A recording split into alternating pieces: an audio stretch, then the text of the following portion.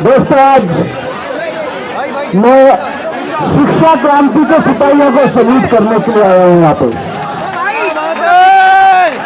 मैं आशुतोष को, अभिजीत को बहुत लंबे समय से जानता हूं और ये लोग कुछ समय मेरे साथ काम करते थे पर्सनली भी। जब ये मेरे साथ मेरी टीम में एजुकेशन पे काम करते थे तो उस वक्त मैं इनसे कहा करता था कि यार बहुत तरह की क्रांतियां हो गई देश में, एक शिक्षा क्रांति होनी चाहिए। आज मुझे बहुत गर्व है कि आशुतोष, अभिजीत, सौरभ, यहाँ खड़ी हुई सारी टीम, यहाँ बैठी हुई सारी टीम इस देश में एक एजुकेशन क्रांति चला रही है। मुझे बहुत फख्र है इस बात पर कि 3 महीने पहले तक हमारे देश में अगर कोई कहता कि हमें एजुकेशन के नाम पर क्रांति करनी है, शिक्षा सुधारों पर क्रांति करनी है, परीक्षा के घोटालों पर क्रांति करनी है, तो शायद कोई मजाक उड़ाता कि एजुकेशन के नाम पर भी क्रांति होती है क्या। लेकिन आप लोगों ने करके दिखा दिया, आप लोगों ने आगे लोग खड़े हैं। इसीलिए मैं शिक्षा क्रांति के योद्धाओं को, शिक्षा क्रांति के सिपाहियों को आज सल्यूट करने के लिए आया हूं यहाँ पे।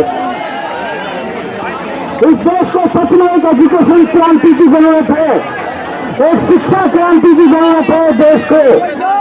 और शिक्षा क्रांति में सबसे पहली जरूरत है पेपर माफिया से आजादी। देश को शिक्षा क्रांति की जरूरत है और शिक्षा क्रांति की पहली जरूरत है, पहला काम है शिक्षा क्रांति का पेपर माफिया से आजादी दिलाना। पेपर माफिया से आजादी दिलाने का के लिए आप लोग यहाँ पे बैठे हुए इतनी बड़ी संख्या में। यहाँ जो ये अनशन चल रहा है, ये धरना चल रहा है जंतर मंतर पर, ये नाम भले ही कांग्रेस पार्टी या हमारी आम आदमी पार्टी, कांग्रेस, जो भी लोग आ रहे हैं यहाँ पे, दूसरी पार्टियों के लोग, भले ही किसी पार्टी से हो, लेकिन असल में ये शिक्षा क्रांति के तहत देश को पेपर माफिया से आजादी दिलाने का ये आंदोलन कर रहे हैं आप लोग। बहुत जरूरी है इस आंदोलन को, इस शिक्षा क्रांति को अभिजीत ने अपने कंधे पर रखा, आशुतोष ने उठाया, सौरभ ने उठाया, यहाँ बैठी हुई लड़कियां, हमारी बहनें, बच्चियां हैं, इन्होंने अपने कंधे पे उठाया। सोनल वांगचुक जी ने अपने शरीर को आगे लगा के, शरीर को दांव पर लगाकर शिक्षा क्रांति का बीड़ा उठाया। मैं कल देख रहा था सुबह सोशल मीडिया पर वीडियोस देखे मैंने इसी स्टेज के, मुझे आश्चर्य हुआ कि देश के प्रधानमंत्री को 20 दिन तक देश के प्रधानमंत्री सोनल वांगचुक जी को नजरअंदाज करते रहे, और जब 20वें दिन उनको लगा कि ये लड़के तो बढ़ते जा रहे हैं, लड़कियां तो बढ़ती जा रही हैं, तो ये कहते हैं ना, सफेद चादर वाला जादू किया कल प्रधानमंत्री जी ने। कल प्रधानमंत्री जी ने उसी स्टेज पर अपने गुंडे भेजकर सफेद चादर वाला जादू दिखाया। जैसे हम बचपन में जादूगर का खेल देखते थे ना, कि जादूगर आता था, कोई चादर दिखाता था और उसके पीछे से बंदा गायब हो जाता था।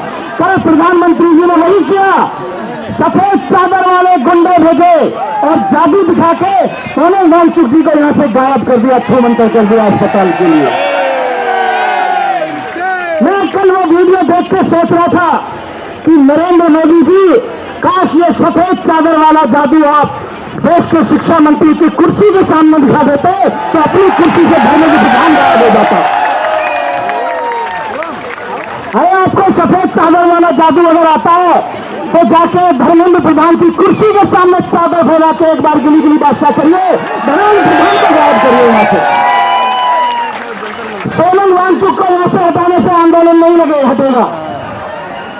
सोनल वांगचुक जी को गिली गिली बादशाह करके सफेद चादर के पीछे से छिपा के आपने जादूगर की तरह से गायब किया, इससे आंदोलन खत्म नहीं होगा। कल सुबह के बाद में आंदोलन जंतर मंतर पर बढ़ता जा रहा है, मैं ये देख रहा हूं।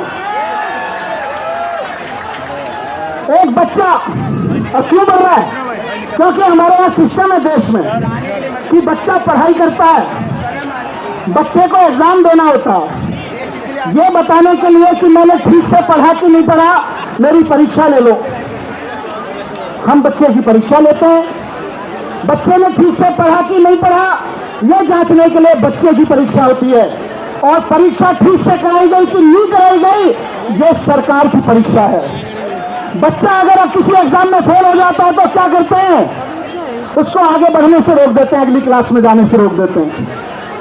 ज्यादा फेल हो जाता है तो कहते हैं भाई इस क्लास में भी मत रहो। यह सरकार पेपर कराने में फेल हो गई है। शिक्षा मंत्री धर्मेंद्र प्रधान परीक्षा कराने में फेल हो गए हैं। देश की जनता चाहती है कि वो कुर्सी छोड़ दें।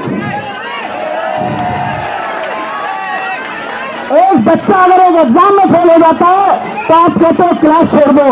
हम कहते हैं धर्मेंद्र प्रधान, आप पूरे देश की परीक्षा कराने में फेल हो गए, आप कुर्सी छोड़ दो। ये परीक्षा में फेल होने पे बच्चे ही क्यों अपनी पढ़ाई छोड़ें? धर्मेंद्र प्रधान को भी फेल होने पे धर्मेंद्र प्रधान को अपनी कुर्सी छोड़नी चाहिए। अगर मोदी जी को शिक्षा व्यवस्था में अगर बच्चा फेल हो जाए तो उसकी पढ़ाई बीच में छोड़ने का प्रावधान है, और धर्मेंद्र प्रधान अगर फेल हो जा रहे हैं, उनकी कुर्सी छोड़ने का प्रावधान नहीं है, तो ये बच्चों के साथ नाइंसाफी है। दोस्तों, ये लड़ाई बहुत लंबी चलेगी। एजुकेशन रिफॉर्म कोई छोटी चीज नहीं है। अभी तो आप शिक्षा की लड़ाई लड़ रहे हो, पेपर की लड़ाई लड़ रहे हो। कई तरह के रिफॉर्म की जरूरत है एजुकेशन में। मैंने अपनी पूरी जिंदगी, अपनी पूरी राजनीति एजुकेशन को डेडिकेट कर रखी है। मेरी तो एक ही आइडियोलॉजी है कि देश के हर बच्चे को शानदार एजुकेशन मिले। मैं तो उसी पे काम कर रहा हूं। उसी के काम को देखते हुए मैं आपके आंदोलन पर, आप लोग यहाँ आते थे, यहाँ लोग बैठते थे, सोनम जी यहाँ पे बैठते थे, मैं 20 दिन से देख रहा था कि प्रधानमंत्री जी लगातार सोनम वांगचुक जी को, अभिजीत को आपको नजरअंदाज किए जा रहे थे। और जब आपने आंदोलन इतना बड़ा कर दिया कि प्रधानमंत्री जी नजरअंदाज नहीं कर सकते थे, तो प्रधानमंत्री जी ने सोनम वांगचुक जी को नजरबंद करवा दिया। शर्म आनी चाहिए प्रधानमंत्री जी को।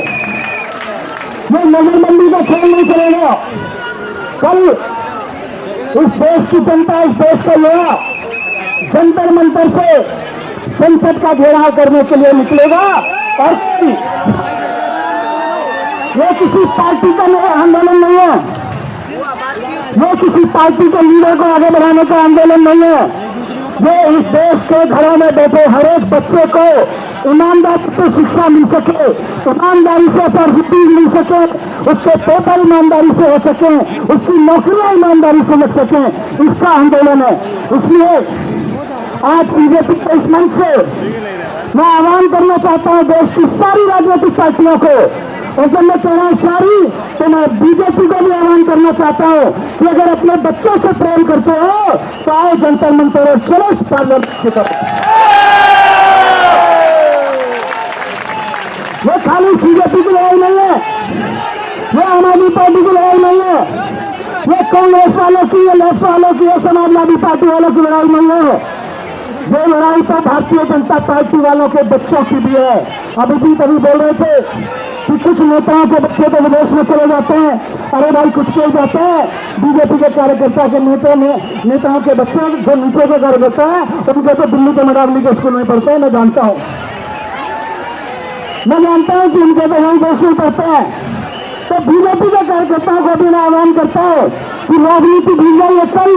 कल सुबह जब उठे, अपनी बगल में अपने घर में लेटे हुए इस बच्चे की शक्ल देखिए और कसम खा के निकलिए कि आज मैं बीजेपी के लिए नहीं, किसी पार्टी के लिए नहीं, अपने बच्चे के लिए जंतर मंतर जा रहा हूं। और जोड़िए संसद को, मांगिए इस देश के शिक्षा मंत्री का इस्तीफा। इस देश के शिक्षा मंत्री का इस्तीफा देना होगा। नारा लगा के बताइए, धर्मेंद्र प्रधान का इस्तीफा देना होगा।